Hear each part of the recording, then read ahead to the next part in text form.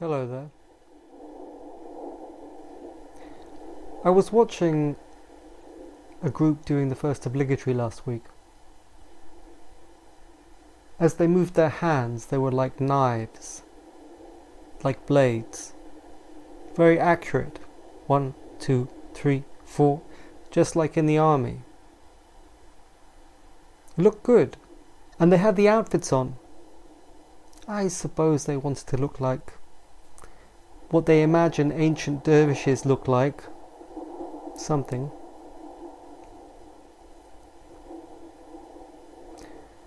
And I've been thinking this is absolutely not the way to learn the first obligatory. Or anything.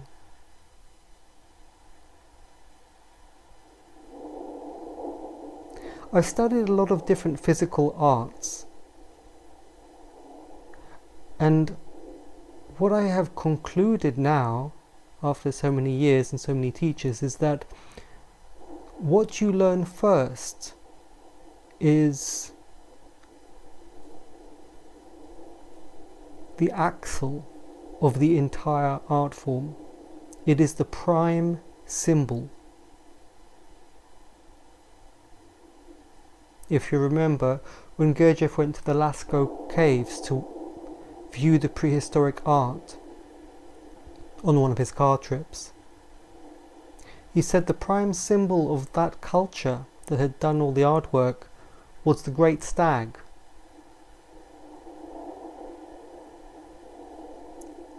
Spengler also talks about the prime symbol.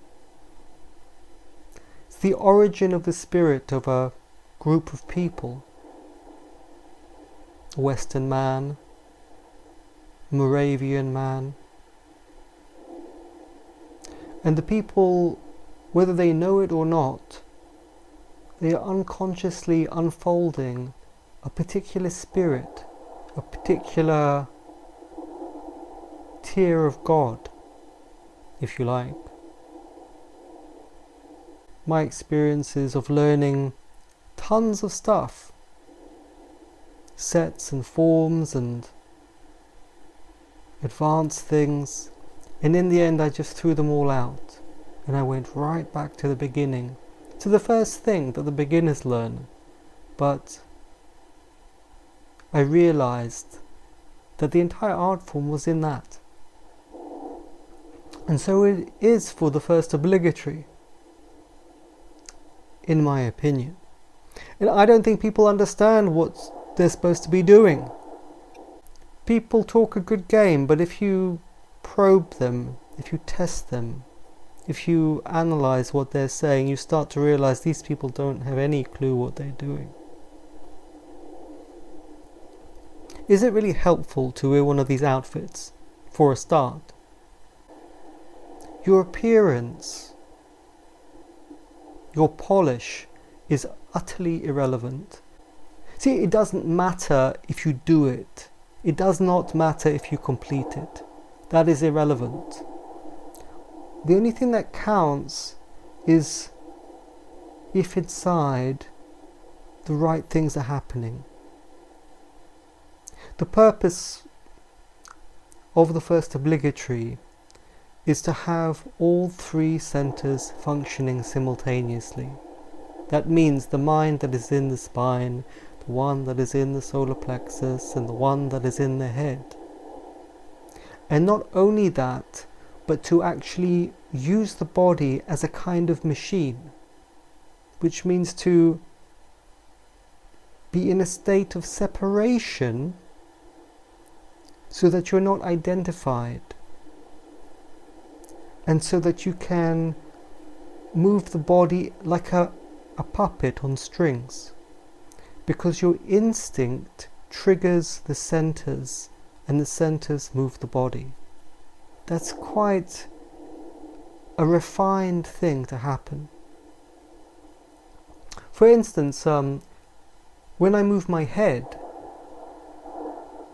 the head is such a part of you, of your face, of your mind, that it's quite strange to move the head in the way it is done in the first obligatory, because you're very strongly identified with it.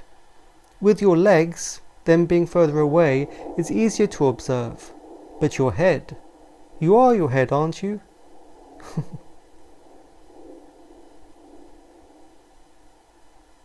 I've been doing the first obligatory a little bit differently.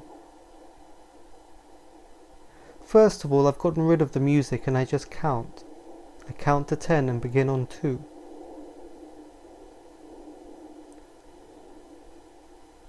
Faster or slower, very fast or very slow, whatever it takes for me to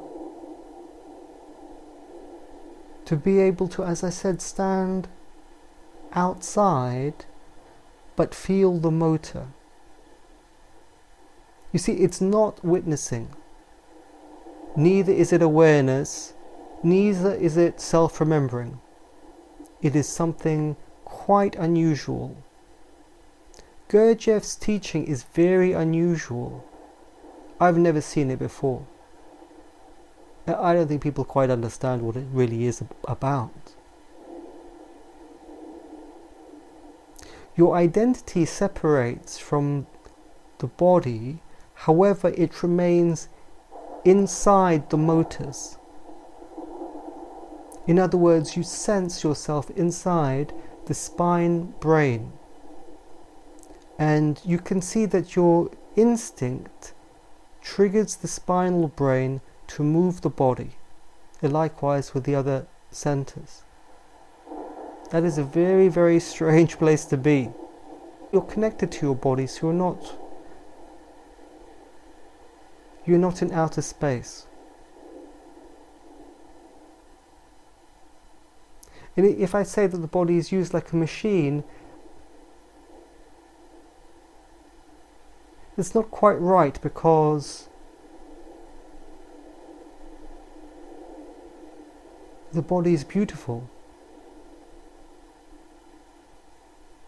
But when Gurdjieff talks about man being a machine, that is one of the most important meanings, because he uses the machine like a puppet in order to weave higher energies. And he does that by being able to connect to the different minds inside, not only of the planetary body that I just discussed, but also of the astral body and the mental body. Very refined things, and probably nobody does that. I can't imagine anybody in the fourth way is doing that properly.